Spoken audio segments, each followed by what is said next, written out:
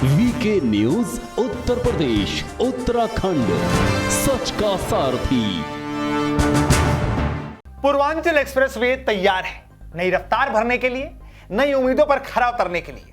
यही वजह है कि आज इस एक्सप्रेसवे की चर्चा चारों ओर हो रही है। खासतौर पर इस एक्सप्रेसवे पर बना 3.4 किलोमीटर का एयर स्ट्रिप आकर्षण का केंद्र बना हुआ है। इस एक्सप्रेसवे पे लोगों को इतनी उम्मीद है कि साथ साथ सत्ताधारी भी इस भरोसे पर बैठे हैं कि इसी रास्ते से वो कुर्सी पर बैठ जाएंगे। नमस्कार, आप देख रहे हैं वीके न्यूज, मैं हूं आपके साथ तमनीश शर्मा। पूर्वांचल में बना ये एक्सप्रेसवे उन्हें लखनऊ विधानसभा तक पहुंचाने का दम रखता है दोस्तों। हालांकि एक्सप्रेसवे और सत्ता के संयोग की बात करें तो कहानी कुछ और ही बयां करती है। सबसे पहले बात मायावती सरकार की। दिल्ली से बिहार के बीच उत्तर प्रदेश का सफर आसान और तेज बनाने के लिए पूर्व मुख्यमंत्री मायावती ने एक्सप्रेसवे बनाने की शुरुआत की थी। 2007 में वह पूर्वांचली वोटरों को लुभाने में कामयाब भी रही और लंबे समय के बाद एक मजबूत दल की सरकार जो है बनाने में सफल भी रही। मायावती ने अपने कार्यकाल में नोएडा से आगरा तक यमुना एक्सप्रेसवे का निर्माण कराया। हालांकि वो इसका उद्घाटन करने का सौभाग्य उन्हें प्राप्त नहीं कर पाई, लेकिन 2012 के चुनाव में वो हार गई और 2012 में मायावती के बनाए यमुना एक्सप्रेसवे का उद्घाटन 2012 अखिलेश यादव, जी हां 2012 में उसका उद्घाटन अखिलेश यादव ने किया। खूब वाहवाही भी लूटी उन्होंने और इस काम को आगे बढ़ाने का फैसला भी किया। यूपी के एक और छोर से दूसरे छोर तक एक्सप्रेसवे का जाल बिछाने के काम पर वो भी लग गए। उन्होंने यमुना एक्सप्रेसवे के आगे आगरा से लखनऊ तक का एक खंड बनाया और इस पर नया एक्सप्रेसवे बनाने का काम शुरू किया। हालांकि विधानसभा चुनाव से पहले ही अखिलेश ने 2016 में इसका उद्घाटन भी कर दिया था।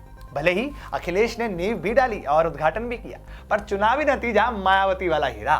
2017 के विधानसभा चुनाव में अखिलेश यादव की समाजवादी पार्टी सत्ता से बेदखल हो गई। इसके बाद शुरू हुआ बीजेपी का स्वर्णिम काल। बम्पर जीत के साथ बीजेपी यूपी में आई। बीजेपी ने भी एक्सप्रेसवे निर्माण का काम शुरू कर दिया। उसने राजधानी लखनऊ से बिहार की सीमा गाजीपुर तक के बचे खंड पर एक्सप्रेसवे बनाया, जिसको लेकर आज पूरे देश में चर्चा है। खुद प्रधानमंत्री मोदी उद्घाटन करने पहुंचे हैं और इसको लेकर राजनीति भी चल रही है। समाजवादी पार्टी और बीजेपी एक दूसरे के विरुद्ध दावा करते हुए नजर आ रहे हैं कि अखिलेश यादव ट्वीट कर कहते हैं कि उन्होंने अपनी सरकार के समय 22 दिसंबर 2016 को इस एक्सप्रेसवे की नींव रखी थी। उन्होंने पूर्वांचल एक्सप्रेसवे के शिलान्यास की एक तस्वीर ट्विटर पर साझा की, जिसमें उनके समेत सपा के कुछ वरिष्ठ नेता नजर आ रहे हैं। बीजेपी का कहना है कि पूर्वांचल एक्सप्रेसवे की नींव उसकी सरकार ने रखी है। दरअसल मई 2015 में अखिलेश सरकार ने लखनऊ आजमगढ़ बलिया एक्सप्रेसवे की घोषणा की थी और 2017 में बीजेपी की सरकार बनने के बाद इस एक्सप्रेसवे का रूट बदलकर लखनऊ आजमगढ़ गाजीपुर कर दिया गया था। फिर 14 जुलाई 2018 को प्रधानमंत्री नरेंद्र मोदी ने इस एक्सप्रेसवे की नींव रखी। अखिलेश की तरह योगी सरकार ने भी जिस पूर्वांचल एक्सप्रेसवे की नींव रखी तो इसका उद्घाटन भी किया।